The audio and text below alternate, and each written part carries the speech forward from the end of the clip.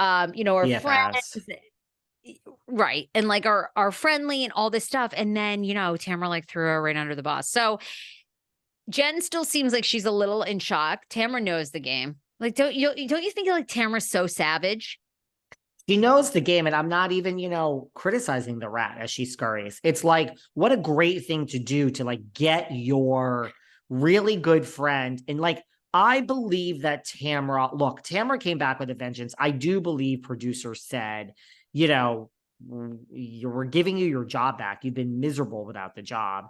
And I do think they said this is on you. Like when Tamara says, I was under so much pressure, I do believe they said, you need to come back balls to the wall. And there's nothing like a fired housewife being brought back to go balls to the wall. We have Denise Richards telling Erica Jane that she's a truly evil woman. And that's on a much smaller scale from being on two scenes. Like, I do think that Tamara came back with unfortunately, I was miserable. Eddie is up at night with me. It's the two of us. She said Eddie supported her returning. Well, yeah, as much as Eddie didn't like you there, he certainly missed, the $1 million paycheck. So, of course. I mean, right? their gym clothes. I mean, that had to be so financially, that had to be a big financial blow. I mean, had to be, even though they make it sound like just, COVID and all that. And COVID was rough for a lot of businesses, but Financial blow. So I think that she came back. Like, I don't think that she got Jen. This is my opinion on the show, and then said, well, okay. I think she got Jen on the show knowing like, all right, this is a throwaway friendship. This could be my punching bag. Like I right. Like I got to make up with Shannon, Trace Amigas. That's going to be a huge thing for the audience.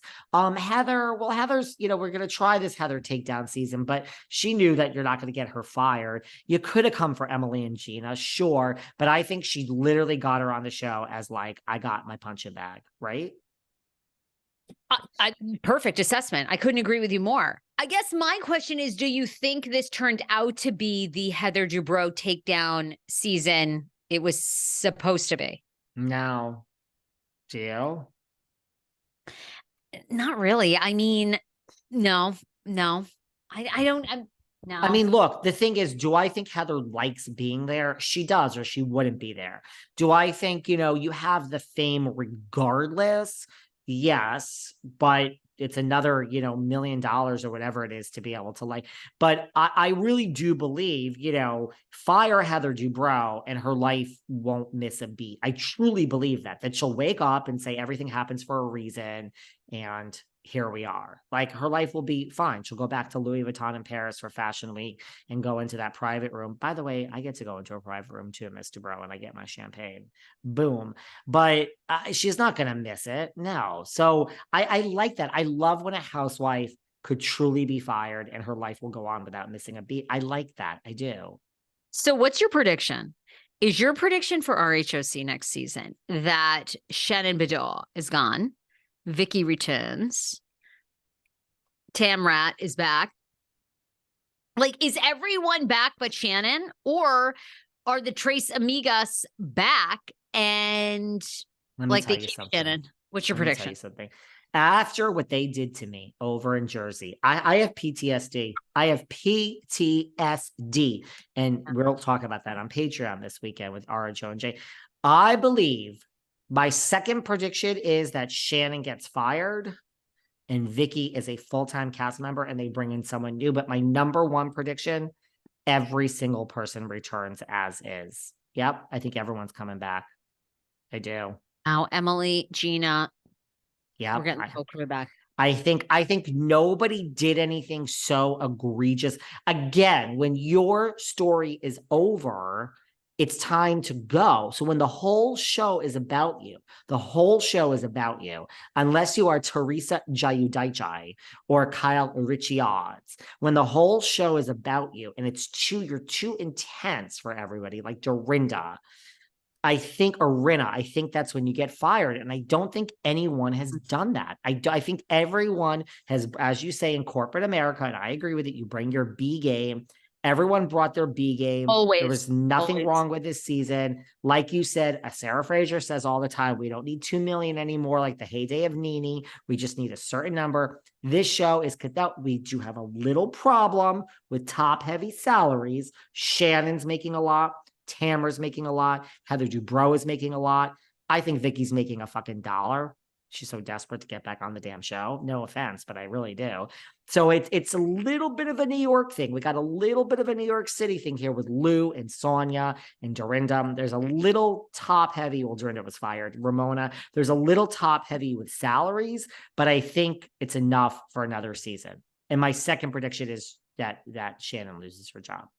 But I think they're all back. I do. I can't help shake it.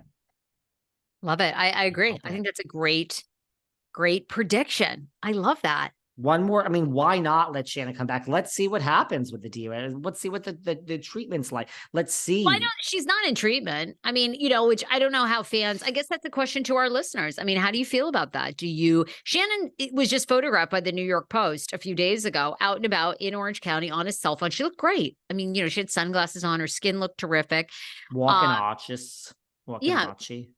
And she's not in rehab.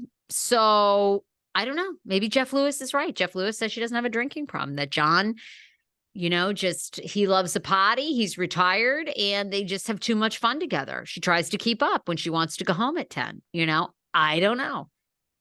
But she needs, I don't know. I mean, look, it's a lot. You're not feeling it. I don't know. I just think things like that are, I don't understand how people drive drunk, like older. I just don't know. I don't know. You know what I mean? I think when you're like underage or you're 21, it's bad enough, but I get why people make stupid decisions then. I do not understand how you're in your 50s with, the stakes, like, the repercussions, you've lost people in your life. You've seen people lose other people. I agree. You have to be at a point that you're an addict. Something so bad has happened to you that you are behind the wheel.